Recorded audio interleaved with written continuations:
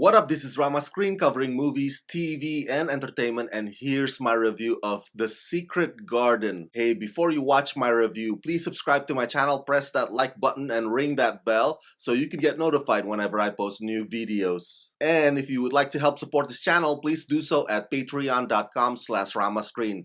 That's patreon.com/ramascreen. Let's rock this. Okay, I've never read the book on which this movie is based, nor have I ever seen its many previous adaptations. My only interest in this film is that it's produced by the same guy who gave us Harry Potter and Paddington. I'm a big fan of both franchises. So when I heard about some hidden magical garden, my imagination immediately ran wild, visualizing all kinds of craziness that maybe the garden has. Perhaps talking trees like the one in The Lord of the Rings. Or maybe this is a garden that's full of wondrous colors where anything is possible, like in the movie What Dreams May Come. Something that will sweep you off your feet and take your breath away. Well, not quite.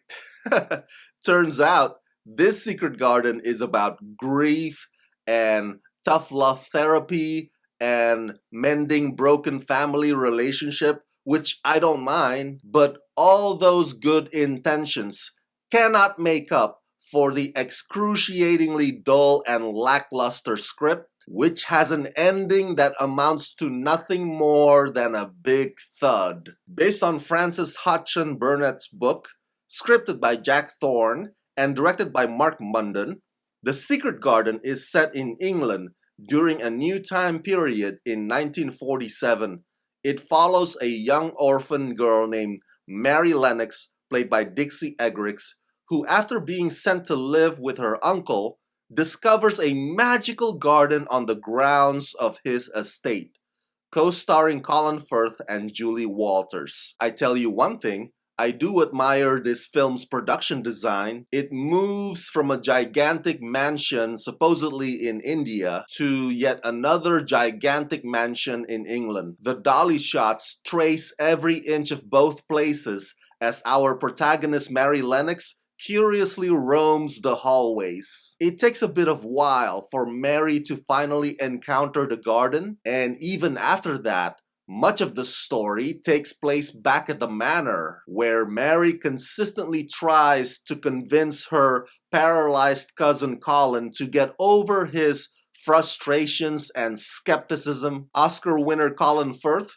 who plays Mary's uncle, Lord Archibald Craven, is barely in the movie. He comes and goes and shows up only when he needs to lash out at Mary, but his uptight self becomes more present nearing the end. As for the garden itself, though it's not as magical as I pictured in my head, is beautiful. It can only do 2 or 3 things that are peculiar. I wouldn't call it necessarily breathtaking, but it's sufficient for casual picnic. The characters can be playful at times, but my god, they have so much pent-up anger, and everybody's often projecting their unhappiness to each other. I find myself asking, where is the story going with this? I mean, I am all for blowing off steam and telling people what's what, but the way that that's done here is a little on the nose. And again, I haven't read the book,